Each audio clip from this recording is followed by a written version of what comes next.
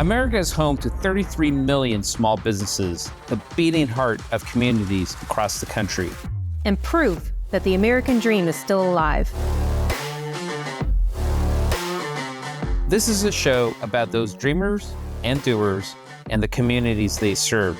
Their real life stories. Their struggles and successes. Their grit, determination, and passion. And the people who fight to keep their American dream alive. I'm Alfredo Ortiz. I'm Elaine Parker. And it's time for another episode of Main Street Matters, America's small business megaphone.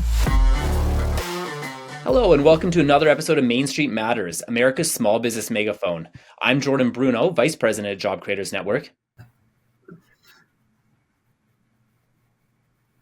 Today, we're joined by Dr. Chris Stansbury. Dr. Stansbury is a partner at West Virginia Eye Consultants. He's a former Republican member of the West Virginia House of Delegates, as well as a partner of the Job Creators Network Foundation.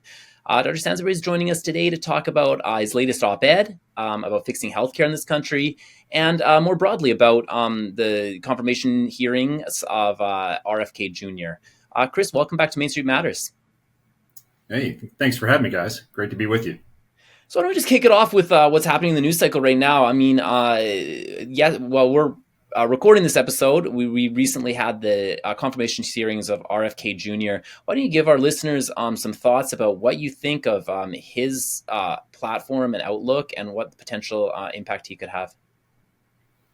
Yeah, I got to watch quite a bit of the hearing, and I was really impressed with the breadth of knowledge that RFK Jr. has about the healthcare issues that we face here in the United States. And so many of the things that he is passionate about should not be controversial. I mean, if we're talking about creating a better system of farming and producing foods to keep Americans more healthy, that should not be controversial. But for whatever reason, the hearing obviously was very confrontational. And a lot of the folks on the Democrat side threw a lot of charges and accusations at him that really had nothing to do with things that he's trying to bring to the American people through an appointment at the DHHS. So he's done a ton of research and obviously has a really incredible knowledge of a lot of the things that we face here, whether it's genetically engineered foods, the chemicals that we put on our food when they're growing, the chemicals that we put into our food when they're being manufactured.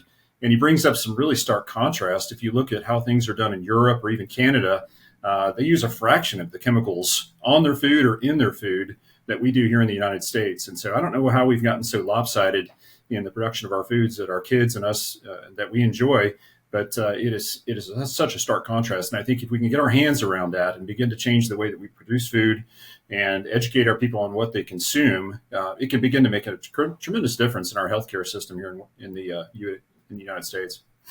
Yeah, I think I was looking at the ingredients for bread over the last generation, and it might have been something Kennedy brought up yesterday, but going from just those 4 ingredients of flour, yeast, salt, and water to now there's 100 ingredients in a loaf of bread. I obviously don't have the expertise or have any idea whether that is causing this chronic disease epidemic that we have in this country, but it's certainly a good hypothesis. As a physician yourself, or as a doctor yourself, what do you attribute what he's saying there? Do you buy that hypothesis, or what do you think is the problem for the extremely costly healthcare crisis we're having? It's hard to argue when you take, let's say, a 40, 50-year look back at the American population. We had such a low percentage of obesity at that point, and we had such a low percentage of all these diseases that have become so prevalent. And for heaven's sake, if you look at our children and the number of kids now who are diabetic, the number of kids who have hypertension, I see it in my practice all the time. We have kids that are in the practice for routine eye exam, and they're on 2 or 3 different medications, something for the diabetes and their hypertension. Those kids, unfortunately, are on a really bad trajectory. If they're unable to start to live healthier, to exercise, to lose weight, and begin to change the way they eat and take care of themselves, life is going to be very difficult for them. And there are millions of Americans that are in that same predicament. And so without a doubt, I mean, just anecdotally, looking at our population and the way that we've changed, looking back at old photos compared to today, people on the beach, I mean, it was a bunch of skinny people. And now, unfortunately, there's a lot of us that are way overweight, and it's so detrimental to the health of the nation. So, yeah, see it each and every day. And without a doubt, if we don't change course, we're going to be in for an even bigger problem here in the United States. I saw that photo. I suspect we saw the same one floating around social media of the people on the boardwalk, just a sea of them. And I, first thing I did was Google it to see if it was real, and it was. And it's incredible. There just is no obesity to be seen. I was really excited by the MAHA movement early on, and I'm someone who made her own baby food for her kids when I started doing research to find out what was in our children's diets. In a can of Gerber there was more sugar than a bar of Snickers 20 years ago when my kids were infants. But so this is something that really personally intrigues me. I could not get over yesterday's hearing. We're filming this, like Jordan said, the day after. The amount of shrieking that was coming from some of these senators when he's just trying to talk about student lunches. Why are we allowing, with federal dollars, we're allowing children to go into the lunchroom and buy grape soda or whatever it may be. How it's possible that we have gotten to the point politically where we can't even agree that, that's a bad idea. It really just on a deeply personal level made me sad for our country. And it really makes you wonder how we move forward. But conversely, I think it was before Trump was even inaugurated, actually, all of a sudden, the conversation had turned to fluoride in the water, red dyes, are now being removed. What do you think, if that's already the impact, assuming that he is confirmed, what do you think that his impact long-term could potentially be on our nutrition as a country? I think it could be incredible. I mean, yesterday he was questioned about his support for farmers, and over he emphasized how important American farmers are to him and how important it is that they all get around the table and talk about the things that we are doing to deplete the soil and the things that we're putting on our crops when we're growing them. And there are a lot of farmers out there who've been saying those types of things for a long time, but they really haven't had a voice. Unfortunately, the petrochemical industry and some of the manufacturers of fertilizers and herbicides and those types of things are a very strong lobby. And if you are obviously, people get shouted down all the time for having opposing thought. And unfortunately, that's one of those things that people have asked questions. Are we really doing the best thing for our food and everything else? And then, they get shouted down and say, oh, of course, yeah, we've been using this stuff for decades. Now, all of a sudden, you see the lawsuits and hear about all the detrimental things that it can cause to our health. And so I think ultimately, if he can start literally from the ground up and reform the way that we think about farming and producing food here in the United States, that's the first step in a long recovery. Obviously, we've got to change a lot of things about the way we make food and use food here in the United States. But yeah, I mean, I think his impact could be tremendous and could be felt for decades after leaving office. Mm-hmm. Let's certainly hope so. There's, the talking about the lobbyist and sort of the money that I don't think people really truly understand the impact that some of these lobbying firms have financially on what we consume. There was a documentary out, I can't remember the name now. It was many years ago. It was on Netflix, about the chicken industry and the impact that certain fast food chains have. At one particular fast food chain is referenced in this documentary as having control over almost 90% of the chickens that are raised in this country. And it showed the size of just like your average chicken in America, how it has increased over the past few decades, because they're pumping them full of so many hormones and they're making them stay in dark barns, because when chickens don't see daylight, they, genetically sort of like hold on to their fat reserves more. I mean, it really blows your mind. It makes you want to like never eat anything that's not grown in your own backyard again. Yeah. But pivoting back to the money, another very influential group in Washington, D.C. is obviously Big Pharma. And there was a heavy emphasis, I was glad to see it yesterday, on pharmacy benefit managers in sort of the equation of what we pay for our medications that we get. How do you think that PBMs and potentially government-imposed drug price controls can help your average everyday American, bring their prices down for the pharmaceuticals that they need to survive? Yeah, so PBMs are sort of a little known thing. I mean, I don't think most of American consumers even know that pharmacy benefit managers even exist. But they are the middlemen between the insurance company and the pharmacy, and they really control a lot of what our patients have access to and a lot of what they pay for their drugs. And President Trump, in his wisdom back in 2020, had a rule that was actually going to help break down some of the PBM power, because right now they are able to take a lot of those rebates that are meant for the consumer and use it to line their own pockets. And that's been one of my frustrations. I talked to a lot of patients and a lot of pharmacists in my, going through my practice. And one of the frustrations that pharmacists always express is they can barely afford to sell the medications because there's such a small margin. And sometimes they're selling them for less than what they have in them. And so it's a detriment to the pharmacist. And then those rebates are getting passed along to the consumer. So they're really paying more for their medications than they should. Thankfully, President Trump thought ahead and said, you know what, we need to put a rule in place that will actually help to break that rebate monopoly. But unfortunately, the Biden administration said, And in the Inflation Reduction Act, one of their provisions was to stall that regulation that actually would have helped to break the control of the PBMs. And so it's so tough when there's this give and take. And unfortunately, with the Biden administration, it was a lot more take than give.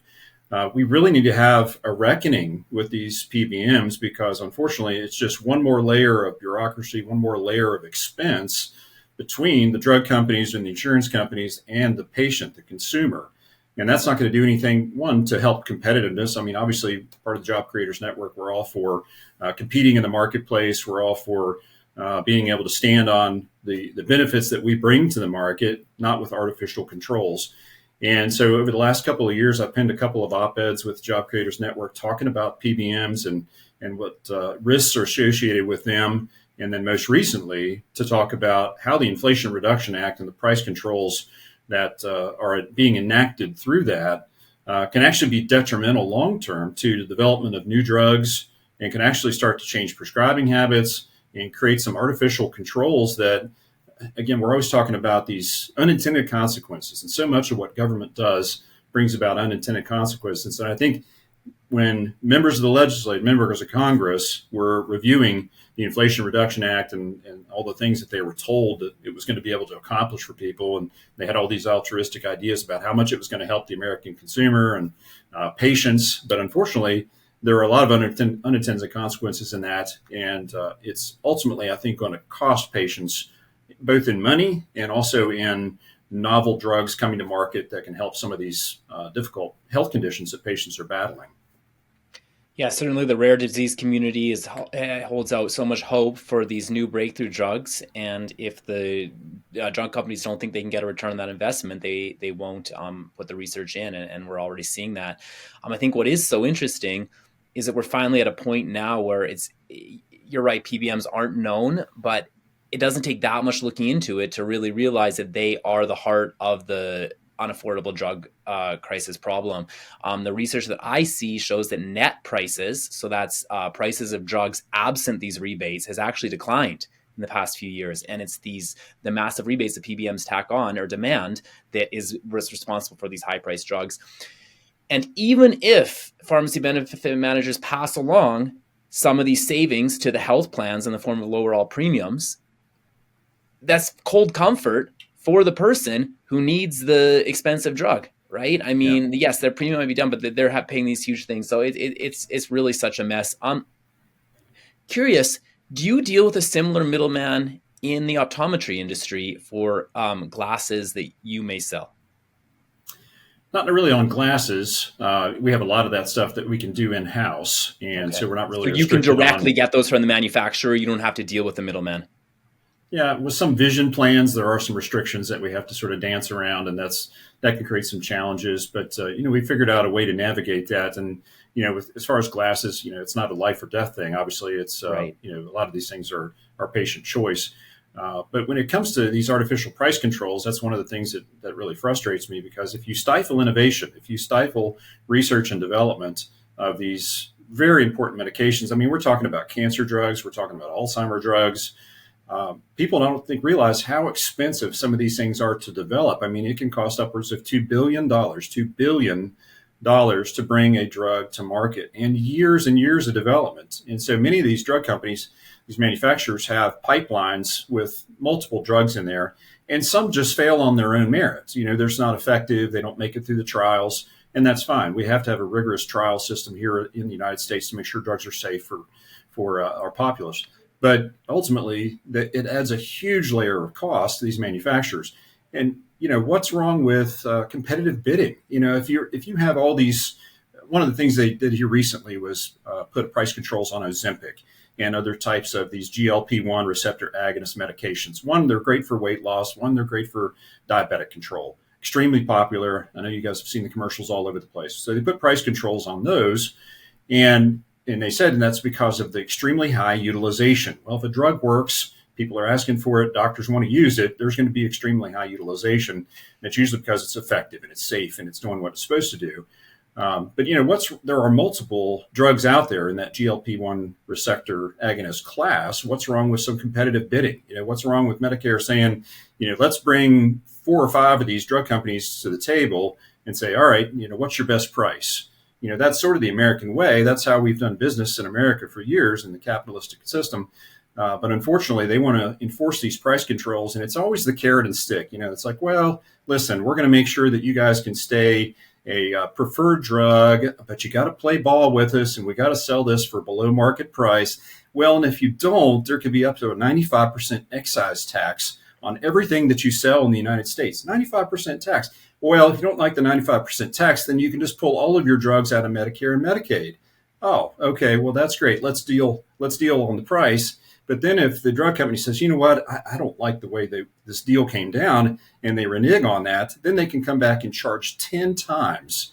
They can charge a penalty of 10 times the difference between the regular retail price and the agreed upon price. And so it's really not negotiation. It's really these companies are being held hostage and saying, listen, sell it to us for this or don't deal with America. What do you think of Mark Cuban's Cost Plus drugstore that sells directly to consumers? Do you think that could be part of the solution? I think anytime there's competition, anytime you're able to, bring more of these drugs to market and begin to compete on price, I think the consumer, the patient, is going to win. And obviously, we've seen a lot of different changes in that over the years. Walmart drugs, Amazon drugs, a lot of these big retailers are getting into drugs because they know there's margin in there somewhere. And so I'm all for competition. I mean, we have a lot of eye doctors in our community. I'm all for it. If a patient feels like they can get a better service or a better price somewhere, more power to them. And it's just one of those things that sort of holds us all to a higher level, holds us all to account to make sure that we're taking the very best care of our consumers or our patients. And so if there are brainy people out there coming up with new ideas to lower drug prices, let's do it. You mentioned before that it's difficult. I can only imagine as a practitioner trying to navigate, regulations, whatever new policy is coming out, and sort of the push and pull, especially with the 4-year swing now that we've had. But I'm sure just as soon as you got used to, Biden's new set of regulations, now here we go again, thankfully, with Trump. What do you hope to see him do moving forward, for the next few years? And most importantly, in order to avoid the push and pull, what can Congress do to augment his efforts so that some of this can be codified and establish more of a permanent ground for you as a practitioner? Yeah, as you were asking that question, that's exactly what I was thinking. Executive orders are great, but as soon as the next administration comes in, they can all be struck down and something else put in place. So having a Republican majority in the House and the Senate, even if they're narrow and a little tenuous at times, is such an incredible tool for President Trump right now. And if he can work with the leaders of the House and the Senate and like you said, begin to codify some of these things, that's going to create stability in the marketplace. And that's one of the critical things that our healthcare system really needs. When it's volatile, it's really difficult for us to navigate. It's really difficult for patients because they don't understand their benefits already. If you begin to make a bunch of changes, they're really going to get confused. And it's such an onerous system already. We have to have multiple employees in our office just to be able to keep up with all the red tape and layers of bureaucracy that they have already imposed upon us. And so I think working through that, President Trump, extremely smart business mind. He understands the ins and outs of all this. Working through that, if he can begin to cut some of the red tape and bureaucracy, let the healthcare system stand a little bit more on its own. And I think that's one of the sort of the overarching themes that we're hearing from President Trump. He wants these systems to be able to stand on their own and not need so much duplication and everything else because it's not cost effective. Talking about the education system, let's send the education back to the states. Why do we have to have all these layers of bureaucracy at the federal level to tell people how to educate students? So if you begin to implement some of that same thinking into the healthcare system, I think you're going to see a renaissance in the way that patients are taken care of, drugs are developed, costs will come down because, again, competition's great. As long as we don't start, putting a lot of these artificial price controls in place, picking winners and losers, let the marketplace do the work. And I think we'll see success. That's the American way. Great. Well, Dr. Stansbury, where can people go to learn more about you and your work and maybe read your recent op-eds? Where can we direct them? Well, we're on social media, Okay. I'm on social media. So Instagram, Twitter, Facebook. Professionally, they can head over to West Virginia Eye Consultants website. That's wv-ieye.com.